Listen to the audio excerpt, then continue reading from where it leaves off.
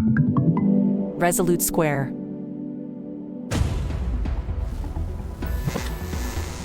There was also maintained what was called an enemies list, which was rather extensive and continually being updated. Democrats want Republicans dead. Where I could stand in the middle of Fifth Avenue and shoot somebody and I wouldn't lose any voters, okay? The women with the least likelihood of getting pregnant are the ones most worried about having abortions. On January 6th of 2021, you had tens of thousands of people peacefully protesting. So, it's not a right-wing conspiracy theory. It's not QAnon. It's real. I'm Rick Wilson, and this is The Enemies List.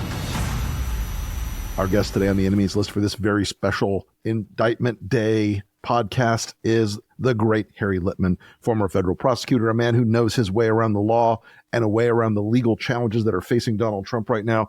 It is an honor to have you with us, my friend. Thank you so much for joining us today. And I wanted to lead out by asking for your perspective on this trial. People are calling this the most important trial in American history. Where do you stack this? Where do you see this? How consequential this moment is and how important this is for the future of the country. And I was one of them. You know, you kind of check yourself as, am I being hyperbolic? But let's just start with, it's clearly the most treacherous conduct by alleged of a president in our history. That's for starters. And then get to the nature of the treachery, which was literally a plan to upend democratic rule and the kind of sine qua non, can I say that on Enemies Sure. List, principle of the peaceful transfer of power. And so the enormity, the gravity of the case, I think, is second to none. But then you position it, and this would be, you know this way better than I, but the way it now plays out in this diptych with the whole political drama Right. and the possibility of a, perverse and horrifying kind of nullification of the whole thing. So that the stakes, couldn't be higher, it seems to me, and the gravity couldn't be higher. I've thought carefully before pulling the trigger on that statement, because I did make one of those in the op-ed I wrote when it came out, and yeah, I'm more than prepared to defend it. It's the most important trial in the history of the country.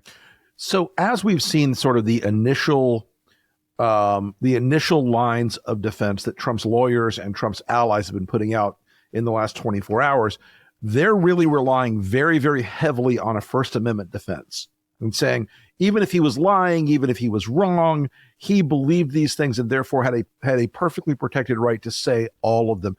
Explain to the audience why that defense is resting on a fairly thin reed. I would say it's a sort of non-existent read. It's so simplistically wrong, and one wonders. I mean, there are some who are boasting, saying that in the same breath as saying, "Oh, but I haven't read the indictment." Two basic points. The first is, even if he honestly believed these things, there are three basic points. Let's start with the very, very copious allegations, I should say, in the indictment that, of course, he didn't believe it. People have pointed to the, profusion of people who told him this isn't true and all the grown-ups, et cetera. It's more than that. There's evidence that he himself knew it wasn't true. So Let's start there. Second is, even if he believed it were true, that would be a fine reason to, pound the table and, make speeches and even do Nazi salutes, but not to try to put phony electors in there, which would be against the law no matter what, not to obstruct the actual proceeding, not to abridge votes. The thing to do, if he honestly believed that, and he tried this as well, is go to court, where he went 60 times and lost, 59 and a half. And then third, it's as a lawyer, I find myself like chafing at the intellectual dishonesty of this among anyone who knows anything about criminal law, this idea that it's political speech. It's precisely what it isn't. What he's alleged to have done is made agreements to do unlawful things. And, you do those with words. I mean, if I say to you, let's rob a bank, I've just used 4 words, but the idea that it's politically protected speech is inane. So it's real. It's not even a speech conduct distinction. It's a lawful versus unlawful. Conspiracy consists in an agreement to do something unlawful. You can try to do it with a wink, but it's normally with words. And the indictment is very carefully crafted. It comes out and we've torn through it to find this and that, but it was wordsmith, you could say, very precisely, and it specifically preempts this exact charge way up high. Of course, he can do political speech, but this wasn't it. And it does seem to me that the people who are coming out of the box with this attack kind of haven't read the indictment. It did strike me as a non-lawyer reading it, and I line by lined it, that they actually had a good writer and communicator in Jack Smith or whoever drafted this to lay out the case. Rick, I've been there. We're talking about 30 levels of review, including, I think, Merrick Garland. I was just going to say, very carefully done. Come right out of the box with, he lost the 2020 election. Boom. And then it's a parable of sorts where they're really stressing sort of all the lies. There are different ways you could have written this thing. I agree. It's written elegantly, but it also it's thematic. And that's going to serve them well at trial. I, as I said, as a non-lawyer reading it, it told a story beautifully. Yes. It walked through, and it even by exempting and sort of leaving out the speech on the ellipse, I think that was a key decision where that probably some of that was political speech. That wasn't engaging in a conspiracy. Without doubt. Right. That's exactly what they were doing. They knew where he was coming from. And yes, obviously carefully crafted. This thing was, weeks in the making, and they have some good crafts people there. And yeah, they wrote it very, very carefully. I don't think it was Jack Smith, but I can imagine some of the people who would have been involved. Sure. It's a thoughtful document that is being kind of caricatured. That's what struck some me. Of its opponents. So let's walk through just a little bit more about why the conspiracy charges are so hard for Trump to overcome here, because I don't think people often truly understand the way a conspiracy can be comprised and formed and open the people that do it up to the legal liability. So, face. I mean, let me start here. The law makes conspiracy bigger penalty than an actual substantive offense often, because it's a really dangerous thing. When you get 6 people together, I was just doing this little nugget with Jeff Clark saying, hey, that's what the Insurrection Act is for. Right. We're talking about a circle of people who are really ruthless and absolutely ready to steamroll the Constitution. And that's the notion of conspiracy. They're all in there together, and that's the problem with it. Now that's just a sort of aside about conspiracy. But then, there are 3 different conspiracy charges. Right. And he's we'll see if he's got the proof. The allegations make it overwhelming that of course Trump, these are the things that Trump not just agreed to, but tried to facilitate, was all in on. And there's many things to say about them besides that they're unlawful, and the sort of crazy clown car that was driving at the time, et cetera, et cetera, et cetera. Right. But at its base, it's just so straightforward. I know. Why don't we try to have electors who aren't the real electors and sign it? What do you think? I agree. That's a blatant crime. I know. Why don't we just have Pence get up there, say any kind of shit so we can delay things so we can have chaos? Shove our fake electors that's just a crime, and it's so straightforward. And of course, that's what he was about from actually before the election. It's interesting Sure. that the Steve Bannon, knowledge, that's always the plan. Whatever happens, November 3rd, declare victory. In other words, lie through your face.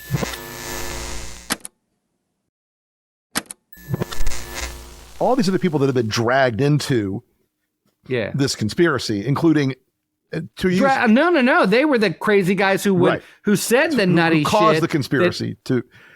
Sorry. I mean, when you. Sorry. I rarely agree with Mike Pence, but when he described them as a gaggle of crackpot lawyers, I was like, no kidding. Yeah. Right there. He got, what happened to him yesterday? He actually got a little a little zesty, Larry, a little feisty. He ate a little Tabasco sauce or something. Mike Pence of all things, actually having some balls. I know. Amazing. So this gaggle of crackpot lawyers, all these people are basically, I mean, they're in the position now where none of them are going to be able to afford what Trump can do by milking his base. These guys are. I think they're pretty screwed, right? I mean, it doesn't look like they're going to have an easy ride here. 100%. And a couple of who these guys are. Remember, Jeff Clark, he's a nobody. John Eastman, he's a nobody. Ken Cheeseburger, he's a nobody. They were specifically the guys who would basically say, "I'll say any crazy ass thing. I'll tell Georgia." Can I have a bigger office? That's how they got. They got to his ears. But yeah, look, I've said this before. The most important part of the indictment, in my view, the caption. The really most important decision was to try Trump alone. And that's, this is built for speed. But 100%, those 6 are going down. I guarantee you they're currently huddled with their lawyers wondering, do they cooperate? Right. And, by the way, the indictment, every word scrubbed, carefully presented.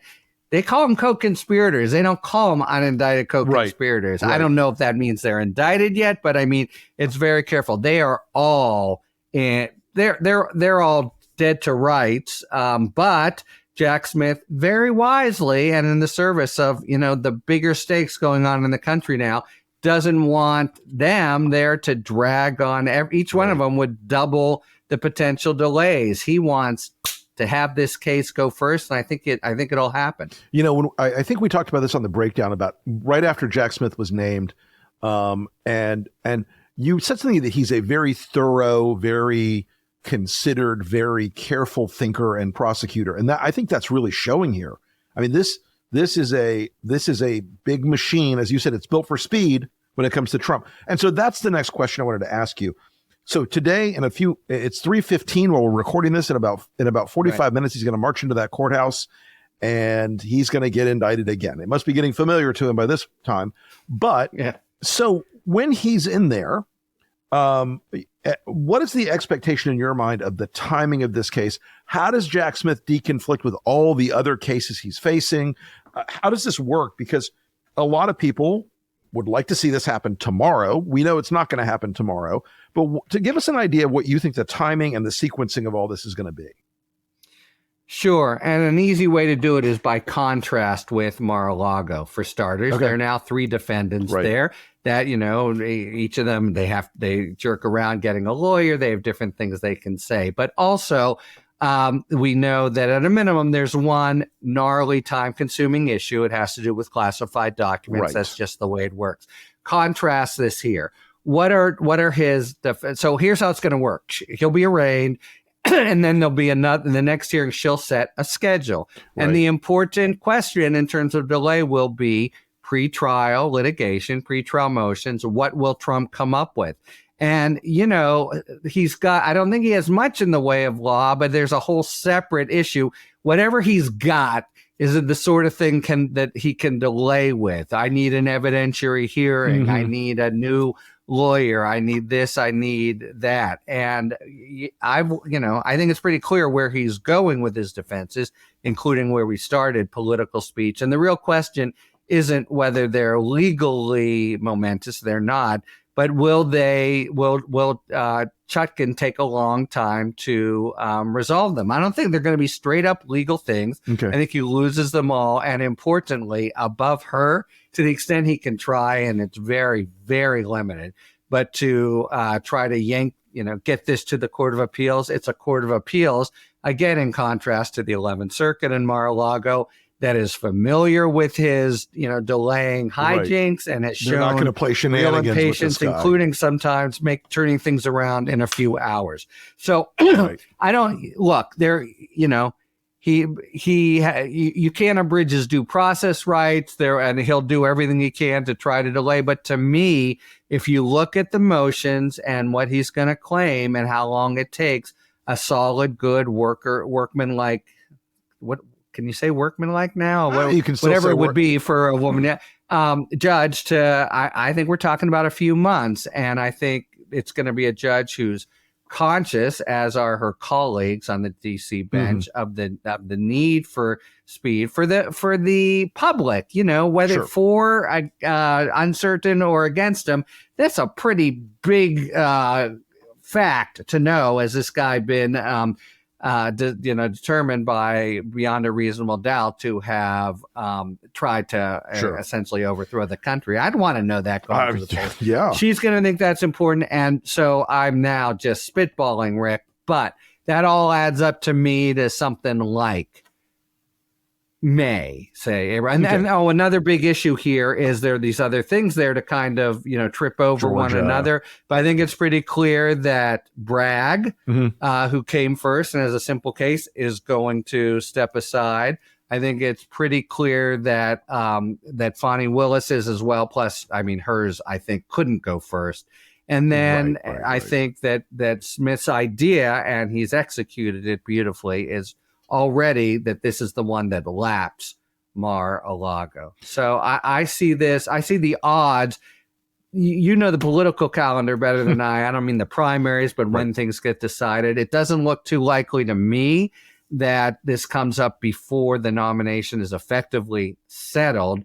But I think it is likely that it goes to a jury verdict, not appeal, but jury verdict before the November 2024 election. Right.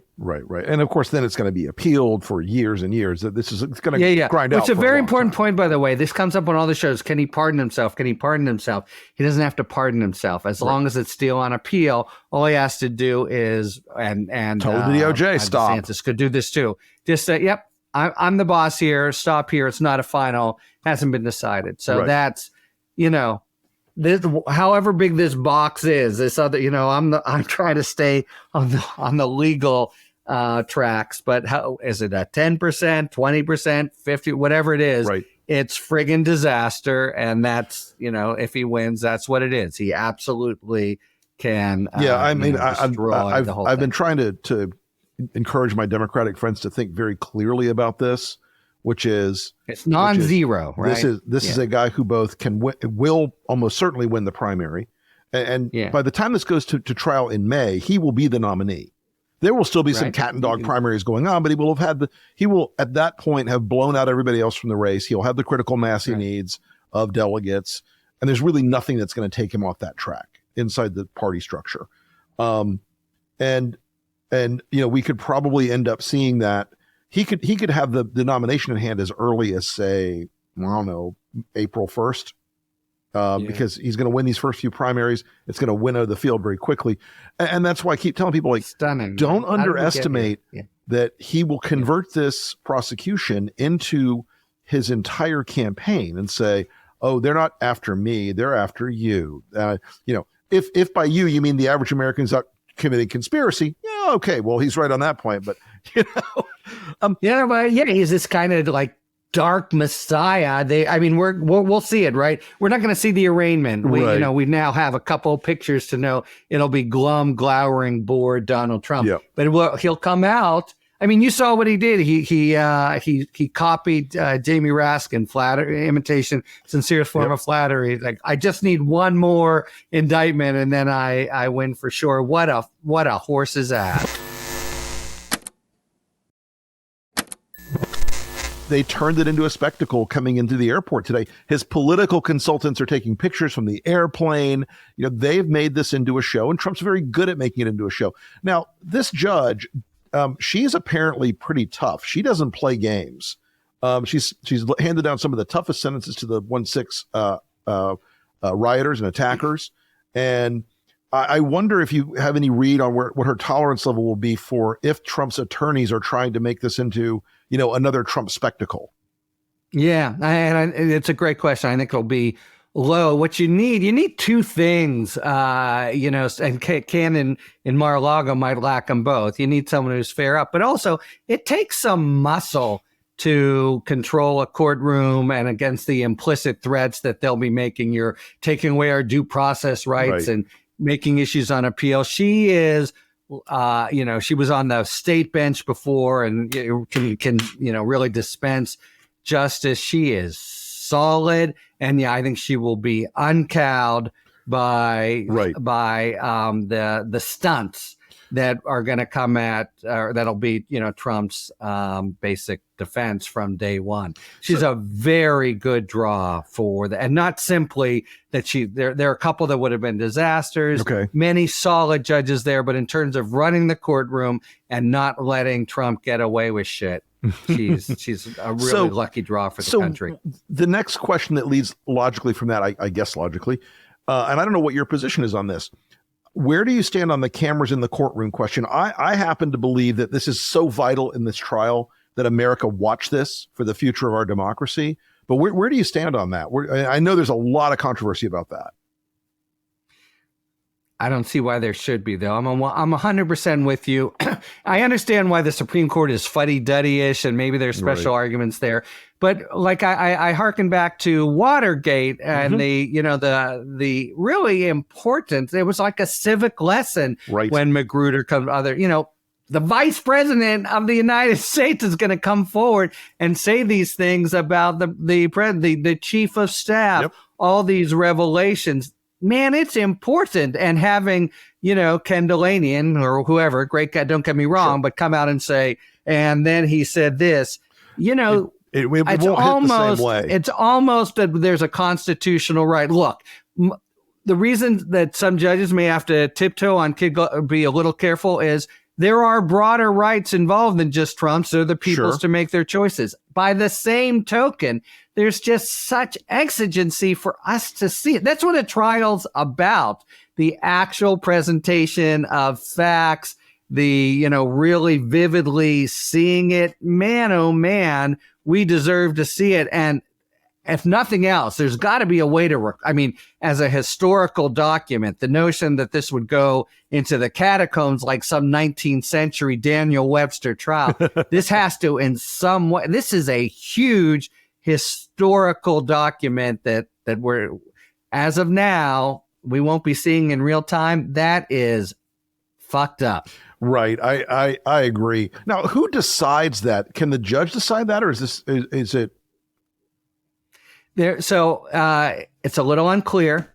The district court overall, the whole bench could try to, but I think it's really Chief Justice John Roberts. Oh boy. It would be interesting. You could see maybe not this Congress trying to pass it, and then we get into it. But it's basically a little unclear. But the easy way, the reason it's not there now, and is John Roberts. Okay. I don't mean he's following in the footsteps of the people who've come before him. But I think probably he lifts a finger, says, let's televise it.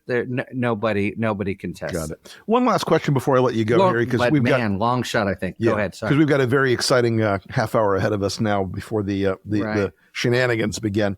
Well, it's a perfect example. We're not going to see it. It's an important moment. Yeah, how does the president react to these trials? We're not going to see it. One of my kids from our production team went by there today, and she said, there are so many reporters here. I've never seen anything like it in my life. I was like, and they hugely outnumber the protesters. By far. So one last thing I wanted to talk to you about.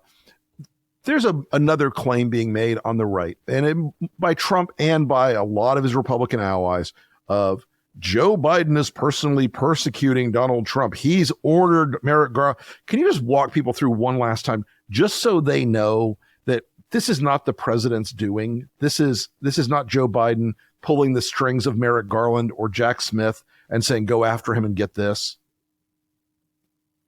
So patently, it's funny. Let me just start with a brief aside, which is you could imagine, like, think about Ford and Nixon, a state of affairs where you might actually want the president to be weighing in. Sure. But because of these charges, it's triple insulated. So Merrick Garland has given it to Jack Smith and has the most perfunctory kind of ability to, under the regs, right? And he's being even more reticent than that to influence it all. But then, as to the White House, look, it's just a fact. The most frustrating thing is when these claims come up, and if they're in every talking point, sure, right? The McCarthy and stuff passes out. It's Biden.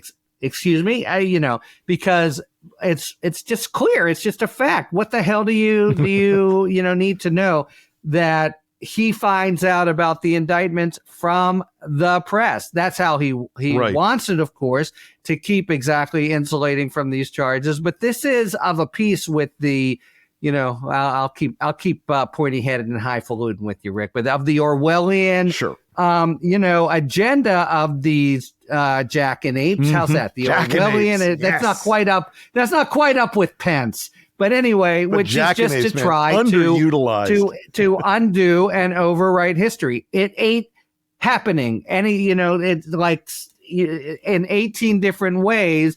The White House is insulated specifically because of this. It's frustrating, I'm sure. Like it's in the last few years, facts are at best of incidental value. But so to talk to the people who are listening, who are at all reasonable, yes, it's all Jack Smith for starters, a little bit Merrick Garland, and zero. This, by the way, is the exact thing that Trump is promising that he will completely eliminate, and he'll have the White House absolutely telling DOJ what to do. But I mean, it is hermetically sealed between Merrick Garland and Joe Biden. That's just a fact. If you don't like it, right. go shit. cry Reality in your has beer. a known It's bias fact. for the facts. Yeah. Well, listen, Harry, as always, my friend, thank you so much for your wisdom and your time today. Thanks so much for having me. We will talk to you again very soon. It's such weird times, and you're a goddamn American hero. That's just sir. a fact. Much obliged. That's another fact. All right. See you soon. Great talking to you. On today's Enemies List, on the special indictment episode, every goddamn Republican in America, you people know he did it. You know he's guilty. You are out there acting like Joe Biden secretly manipulating the whales of power to go after Donald Trump, and you know it's bullshit. You know it's garbage. You're threatening people. You're pretending this is some sort of persecution when Trump did it. It's his fault. You know it's true. And you are all on the enemies list. Happy Indictment Day, bitches.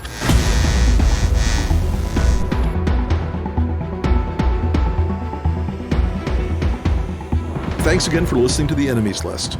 If you have any comments, questions, or if there's someone you'd like to hear on the podcast, hit me up on Twitter at @TheRickWilson. Thanks again for the wonderful support you've shown the pod. We're growing fast. It really helps if you will share this with your friends, your family, and anyone else who, like us, is trying to save democracy. While you're at it, if you could rate and review the podcast, I would be very much appreciative. I know this is the sort of thing you've heard a billion times. Please rate, review, like, blah, blah, blah. But you need to do it. It really does help us a lot. We are slaves to the algorithm, my friends, and if you do this, it will help get the pod out further. Anyway, thanks again for listening. I'll see you next time, and remember, whatever you do, stay off the list.